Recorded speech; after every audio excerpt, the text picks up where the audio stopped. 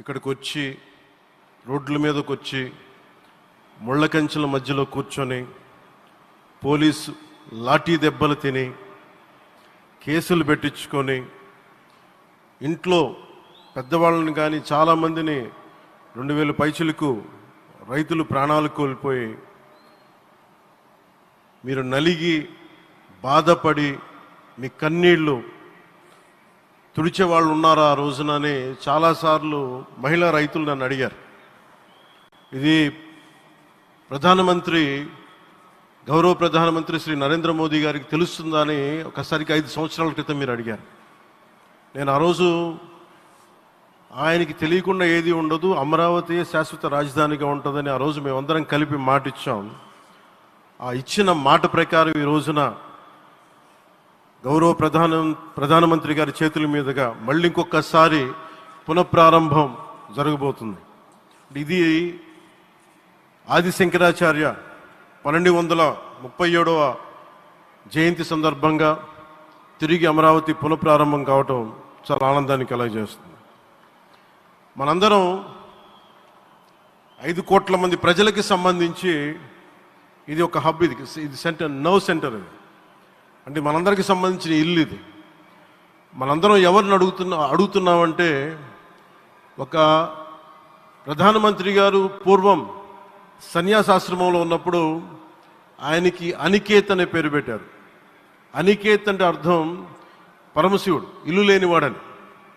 అలాంటి ఇల్లు లేనివాడు, కుటుంబం లేనివాడు 5 కోట్ల మంది కుటుంబాలకు, 5 కోట్ల మంది ప్రజల కోసం, ఎన్ని కోట్ల కుటుంబాల కోసం మనందరికీ రాజధానిలో ఒక నగరం నిర్మించడానికి, ఇల్లు నిర్మించుకోవడానికి ఇల్లు లేకుండా 140 కోట్ల మంది ప్రజల బాధ్యత తీసుకొని కశ్మీర్ నుంచి కన్యాకుమారి వరకు, అక్కడ కామాఖ్య నుంచి ద్వారకా వరకు ప్రపంచమే, మన దేశమే తన కుటుంబంగా చేసుకుంటూ ఈ భారతదేశమే తన ఇల్లుగా చేసుకొని తిరిగి పునఃప్రారంభానికి విచ్చేసిన గౌరవ ప్రధానమంత్రి శ్రీ నరేంద్ర మోదీ గారికి మనస్ఫూర్తిగా మన అందరి తరపున, ఆంధ్రప్రదేశ్ ప్రజలందరి తరపున, అమరావతి రైతాంగం తరపున, ఆడపడుచుల తరపున వారికి చేతులెత్తి హృదయపూర్వక నమస్కారాలు తెలియజేస్తున్నాను. దివిసీమ తుఫాన్ వచ్చి అందరి ఆశలను తుడిచిపెట్టేసినట్టు గత ప్రభుత్వం రాష్ట్రం మరియు అమరావతి భవిష్యత్తుని తుడిచిపెట్టేసింది. అమరావతి అంటే పరదాలు, సెక్షన్ 30, సెక్షన్ 144 మాత్రమే గుర్తుకొచ్చేలా పనిచేశారు. నువ్వు ధర్మం కోసం నిలబడితే ధర్మం నువ్వు నిలబడేలా చేస్తుంది అనే విధంగా ఆ రోజున అమరావతి రైతులు, రాష్ట్ర ప్రజలు ఈ ధర్మ యుద్ధంలో విజయం సాధించారు.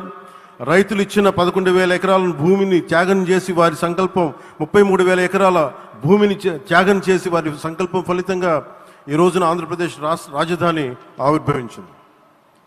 అమరావతి రాజధాని పనులు పునఃప్రారంభమవుతున్న ఈ శుభ సందర్భంలో ముందుగా రాజధాని నిర్మాణం కోసం స్వచ్ఛందంగా ముందుకొచ్చి తమ భూముల్ని, పొలాల్ని ప్రభుత్వానికి ఇచ్చిన అమరావతి ప్రాంత రైతులకు, మీ త్యాగానికి, గత 5 ఏళ్లుగా మీరు చేసిన పోరాటానికి శిరస్సు వంచి మీకు ధన్యవాదాలు తెలియజేస్తున్నాను. గత 5 ఏళ్లుగా రాజధాని నిర్మాణం నిలిచిపోయి రాజధాని తరలిపోతుందనే సమయంలో రోడ్ల మీదకు వచ్చి 5 కోట్ల ప్రజల తరపున రైతులు, మహిళలు, విద్యార్థులు చేసిన పోరాటం, మీరు పడిన అవమానాలు, మీపై పడిన గాయాలు ప్రతి ఒక్కటి మా మనసులో ఉంది.